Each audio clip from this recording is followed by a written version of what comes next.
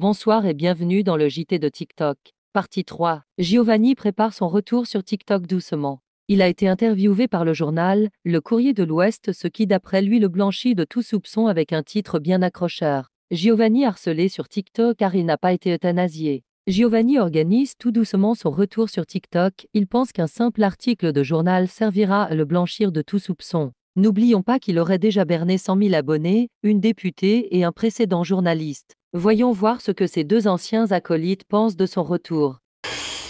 Apparemment, on aurait escroqué nos communautés et on aurait envoyé au casse-pipe nos communautés. Ce que j'ai cru avoir fait au début, jusqu'à aujourd'hui. Aujourd'hui, j'ai reçu un document du procureur de la République, parce qu'en fait, j'avais déposé plainte contre Giovanni, parce que je me considérais vraiment comme victime suite aux accusations de Telji et aux documents qu'il avait fournis. Et aujourd'hui, j'ai reçu un document judiciaire, du coup, qui prouve que les preuves données par Telji ne sont pas valables et que donc Giovanni est innocent. Alors, le procureur de la République aurait prouvé à l'Unix l'innocence de Giovanni. La justice et les histoires TikTok, souvent dignes d'un conte de fées. Quant à Soso Soignante, elle campe sur ses positions. TLJ qui arrive à nous faire entendre, nous faire voir des choses qui au final n'étaient pas si saines que ça. Il faut savoir, il y a quelque chose que vous devez savoir quand même. Qu'est-ce qui m'a fait dégoupiller d'entendre dans la totalité ce que nous disait TLJ? Ça, il faut que vous soyez vraiment au courant.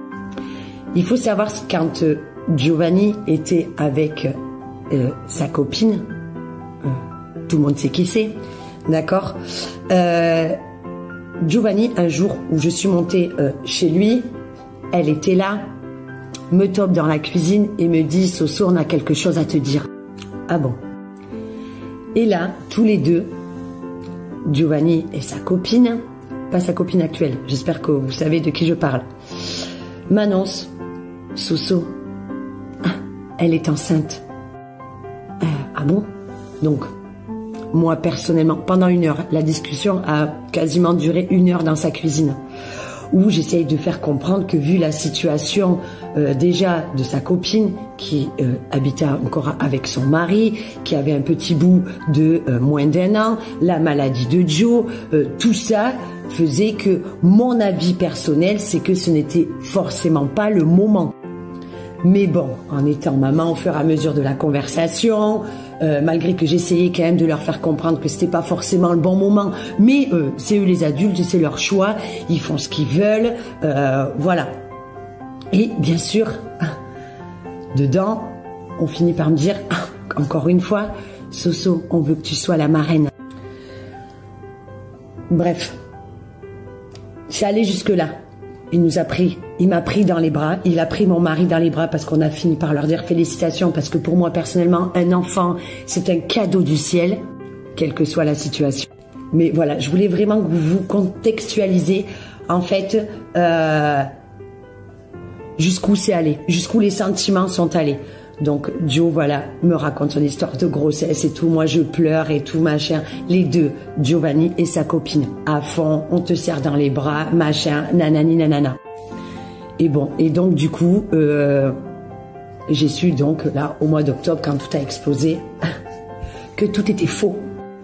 Qu'en fait, monsieur Giovanni et sa copine m'ont pris pour une grosse truffe. C'était une blague quand j'ai... L'Unix décidait de se rallier à Giovanni alors que Soso se désolidarise complètement. À noter que Soso Soignante a perdu beaucoup moins que l'Unix dans cette histoire. En effet, Giovanni était le moteur de leur entreprise Match. Avant que l'affaire Giovanni soit démasquée, Soso gagnait environ 800 € par semaine contre 500 € maintenant. Tandis que l'Unix tournait à du 1300 € la semaine contre 300 € après les grandes révélations de TLJ. Chacun son avis sur le sujet, personnellement je pense que ceci explique cela. La suite dans la 4e partie.